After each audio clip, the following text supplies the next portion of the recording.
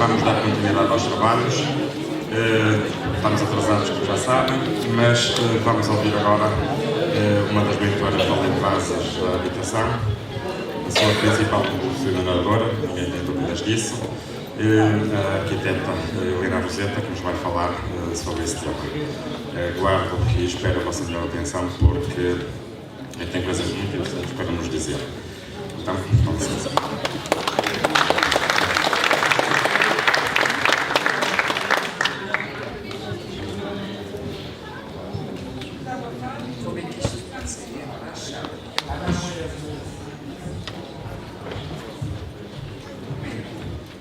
Bem, boa tarde a todas e a todos.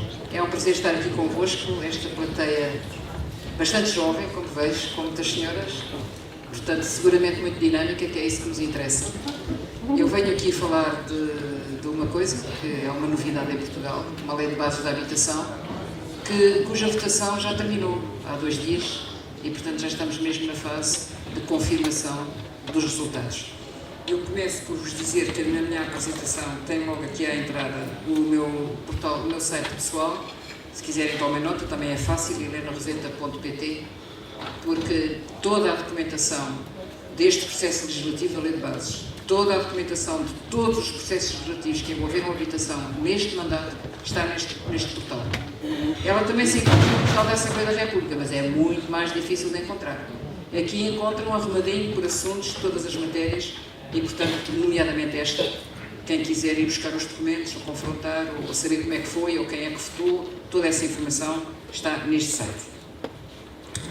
Tenho que vos fazer um bocadinho de enquadramento histórico, que eu sou canal História, portanto, acho que tenho esse direito. Em 1976, eu era deputada constituinte, quando foi aprovada a Constituição da República, e participei no artigo 65, que é precisamente o artigo do direito à habitação. Nessa altura, a situação em Portugal era muito diferente da de hoje, em muitas razões, mas também na habitação. Nessa altura, faltavam 500.000 casas, era o cálculo que havia, 500 mil de famílias sem casa. Ou viviam em barracas, ou estavam em sobrelotação, e, portanto, a grande pressão nessa altura era construir mais casas, porque não chegavam as casas que havia para as famílias que existiam em Portugal. Isto mudou muito. A pergunta que se faz hoje, será que temos casas a mais? A situação é esta: entre 1970 e 2011, o número de indivíduos cresceu 21,9%, o número de famílias cresceu 72,4%, o número de alojamentos passou de 2,7 milhões nos anos 60 para 5,9 milhões. Se virem o gráfico em baixo, ele mostra a evolução ao longo dos anos, que hoje temos, naturalmente, mais alojamentos do que famílias. Hoje, isto é, em 2015, a projeção do INE, 4 milhões de famílias, 5 milhões e 900 mil casas. Portanto, abstratamente e em princípio, poderíamos dizer que o problema está resolvido, só que não está. Não está porque muitas destas casas não estão onde as pessoas precisam delas, outras estão vazias e outras existem, mas são verdes, como diz a fábula. Mas são muito caras e eu não chego lá. E, portanto, temos um problema que temos que olhar com cuidado e que é desigual no território nacional. Presumo que tenho aqui pessoas de vários sítios do país e não é a mesma coisa. Lisboa é uma coisa, o Porto é outro, Coimbra é outra, o interior é outro, Trás-os-Montes é outro, o Algarve é outro, bastante grave também. Enfim, temos situações muito diferenciadas, com, no caso de Lisboa e Porto, sobretudo problema de preços e falta de habitações, e Algarve também. No interior do país é um bocadinho o contrário, temos casas a mais, mas temos casas sem condições, abandonadas, e aldeias em que as pessoas vivem em condições muito más. Portanto, temos este contraste: casas sem gente, gente sem casas. O número de fogos vazios em 2011 era 735 mil, só em Lisboa nessa altura eram 50 mil. Para terem uma ideia, nessa altura havia 320 mil casas em Lisboa, 50 mil estavam vazias, portanto era de facto uma coisa excessiva para a dimensão da cidade. Nós não temos números agora atuais, eu penso que nesta década muitas dessas casas vazias entram no mercado por via da reabilitação urbana, do alojamento local e de outros usos, mas não tenho números mais recentes do que estes, infelizmente. O ano passado foi noticiado um levantamento feito pelo IRU a todo o país sobre as carências mais graves. Foi perguntado a todos os municípios que identificassem as famílias com carências mais graves. Chegaram a um número de cerca de 26 mil, um pouco mais de 26 mil famílias com carências habitacionais graves. Na minha opinião, estes 26 mil é uma conta por baixo. Houve vários municípios que não responderam e houve alguns que não colocaram situações graves naquela estatística e os critérios foram diferentes, portanto, será um pouco mais que isto. Também ouço muitas vezes dizer que Portugal é um país de proprietários. Na verdade, as estatísticas indicam qualquer coisa parecido com isso. Em 1970, 46% da população portuguesa tinha casa arrendada, sobretudo em Lisboa e Porto, 55% tinha casa própria, o paradigma mudou. Em 2011 já só tínhamos 25% com casa arrendada, 75% com casa própria e agora a percentagem ainda é mais para a casa própria. A pergunta que se coloca, e os senhores conhecem bem o mercado, é se esta casa é mesmo própria, quer dizer, metade destes proprietários, segundo as estatísticas do Eurostat, a casa é finalmente deles. A outra metade está a pagar uma hipoteca ao banco e, portanto, eu costumo dizer na brincadeira, são os inquilinos da banca. São proprietários, mas não são bem proprietários. Têm que pagar todos os meses e, além disso, pagam o imposto como se fossem proprietários, pagam o condomínio como se fossem proprietários, pagam a manutenção e a conservação como se fossem proprietários, mas ainda não são completamente proprietários. E é preciso ter isto em mente, porque eu já ouvi pessoas altamente responsáveis dizer não, isto nós não precisamos já de arrendamento, Portugal é um país de proprietários. Atenção, calma, esta quantidade enorme de pessoas proprietárias ou candidatas a proprietárias, e os senhores sabem isso bem, fazem um esforço muito grande para todos os meses conseguirem manter o seu estatuto. O peso, isto tem um enorme peso no endividamento do país. Em 30 anos, o endividamento das famílias multiplicou 6 vezes, portanto 600%. Em 2018, o crédito da habitação, o slide do ano passado, já nessa altura tinha valores máximos, mas ainda subiu. E, portanto, quando se fala da dívida externa de Portugal, estamos a falar de dívida pública é uma coisa, a dívida externa do país é outra. A dívida externa, a dívida particular, por causa da habitação, pesa bastante. E pesa na dívida externa, não, na dívida total à banca, não é na dívida externa, porque é interna. A questão de saber se as pessoas compram ou arrendam, eu ouço muitas vezes discursos a dizer não, as pessoas não devem comprar, devem arrendar, porque por causa da mobilidade, o arrendamento é melhor, e isto e aquilo e aquilo outro. Na prática não é. Eu penso que os senhores têm experiência de mercado e fazendo as contas, como é que as pessoas fazem as contas? Os vossos clientes como é que fazem as contas? Cá por mim é assim, quanto é que eu posso pagar ao fim do mês? Em função disso é que escolhem, com aquele dinheiro, indo ao banco, talvez consigam um crédito, no mercado de arrendamento não encontram por aquele preço. E, portanto, muita gente está a ser levada para a compra porque as taxas de juros são baixas e porque o dinheiro ao fim do mês é preferível. Segundo as estatísticas do Eurostat, em Portugal, e estamos a falar sempre em termos médios, os encargos com arrendamento e os encargos com empréstimo, foi em 2014 que as curvas se encontraram, que o valor passou a ser equivalente. Daí para a frente foi ao contrário. O encargo com arrendamento é mais pesado, estamos sempre a falar em valores médios, do que o encargo com compra. E, portanto, as famílias não são estúpidas, as pessoas não são estúpidas e, quando fazem as suas contas, fazem contas racionais. O que é que isso depois tem outras consequências, naturalmente. Temos o problema dos jovens, que também conhecem seguramente. Eu aqui falo sobretudo do chamado dos estudantes, dos quartos, do problema dos quartos. Há um mercado de aluguer de quartos muito informal, muito pouco legalizado, em circunstâncias muitas vezes complicadas, e há pouca fiscalização disso e normalmente o jovem acaba por o sujeitar porque não tem alternativa, quer dizer, precisa ter um sítio para dormir para poder continuar os seus estudos. Isto também é um problema grave, já foram anunciados vários programas para suprir esta carência, mas ainda não temos resultados desses programas. Por enquanto temos apenas os anúncios. A pergunta que eu tenho ouvido, e muitas vezes amigos meus me perguntam, então, mas há bolha, não há bolha? Há bolha, não sei se há bolha, vamos lá ver o que é que há. O que há, este gráfico que está aqui, vocês aí não conseguem ler as letras, mas depois podem buscar a apresentação que ficará disponível para as MIP. O que diz aqui, este é um gráfico do Eurostat, recente, é de 2018, e mostra que Portugal está em primeiro lugar. O ano 2018, Portugal ficou em primeiro lugar, mas é um primeiro lugar que não é muito bom para nós, é muito bom para o mercado, mas não é muito bom para as famílias. Em primeiro lugar, em aumento do custo da habitação, variação do preço da habitação. 9%, média já deflacionado, para poder ser comparável com os outros, 9%, sendo que a meta do cenário macroeconómico europeu, a partir do qual os bancos nacionais começam a fazer alertas, é 6%. Portanto, estamos um bocado acima do nível do alerta. Evidentemente que isto não traduz uma bolha, na minha opinião, não traduz uma bolha imobiliária geral do país, isto é um valor médio. Na minha opinião, temos sim aquilo que eu chamo de mini-bolhas, quer dizer, há sítios onde o mercado, de facto, corre o risco de vir a constituir uma mini-bolha, não tanto porque não tenha sustentação, porque as casas estão lá, mas porque o preço para os quais estão a ser transacionadas, daqui a um tempo, se calhar, já não valem aqui. e as pessoas vão perder, eventualmente, dinheiro e vão ter dificuldades. A pergunta que se faz é, mas porquê que os preços sobem tanto? A resposta é óbvia sempre, a falta de oferta, mas também pode ser excesso de procura. Os preços sobem porque, na minha opinião, e a análise que faço na média nacional, é que nós temos, a nossa procura mudou. A nossa procura, que no século passado era uma procura interna, este século, e sobretudo nos últimos anos, passou a ser uma concorrência com a procura externa. Procura externa, quer de investimento estrangeiro individual, os vistos gold ou os residentes não habituais, quer a procura externa de grandes fundos imobiliários internacionais, que têm uma capacidade de alavancagem muito maior do que o nosso mercado de fundos imobiliários e que vão a todas com facilidade.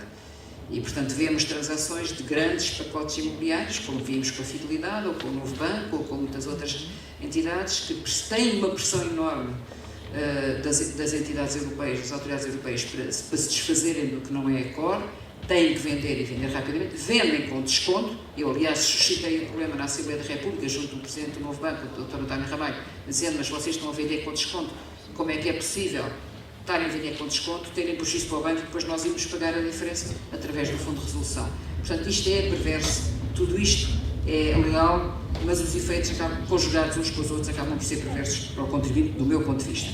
Portanto, o que eu acho que o problema maior não é tanto só a pouca oferta, mas é, sobretudo, a oferta não é compatível com os rendimentos portugueses. Esse é que eu acho que é o nosso ponto. Ganha-se mal em Portugal, ganha-se pouco em Portugal, os preços estão equilibrados em termos de imobiliário com o resto da Europa, mas os rendimentos não. E, portanto, quem tem mais rendimentos, passamos à frente, limpinho, e é isto que eu penso que está a acontecer, e, portanto, temos que tomar medidas. Eu não sou radical ao ponto de dizer acabem com os vistos gold, acabem com isso, não acho que não, mas o que metemos na lei de base, que faço já agora aqui um pequeno adiantamento, foi esta seguinte norma. Uma lei de base é uma lei geral, define princípios gerais. Pois, no prazo de 9 meses, sendo ela aprovada, terão que as outras leis que se conformar com esta, por iniciativa do Governo ou do Parlamento. O que é que nós pusemos sobre esta matéria? Pusemos uma coisa muito simples. Os investimentos, os instrumentos de captação de investimento estrangeiro não devem ser incompatíveis com a política de habitação.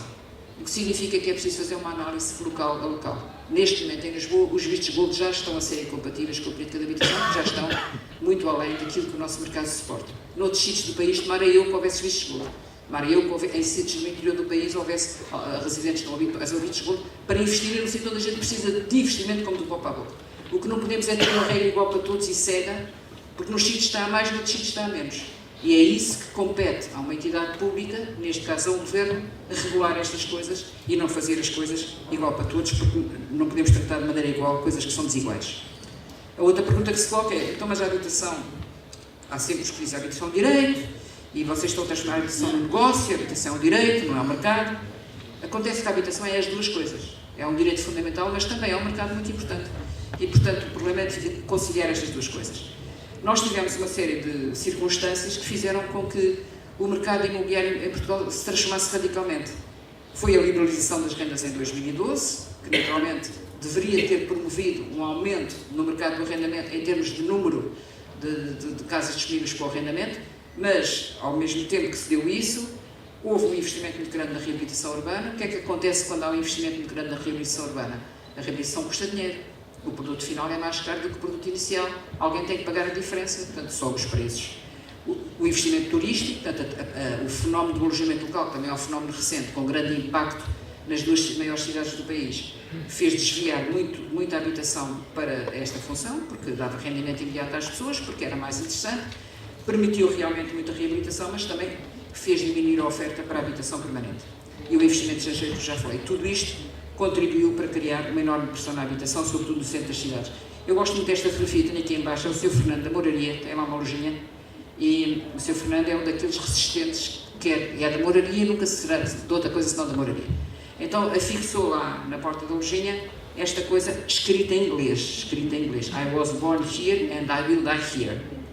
Infelizmente, há muitos senhores Fernandes que estão a bater-se, desde logo, pelo comércio local.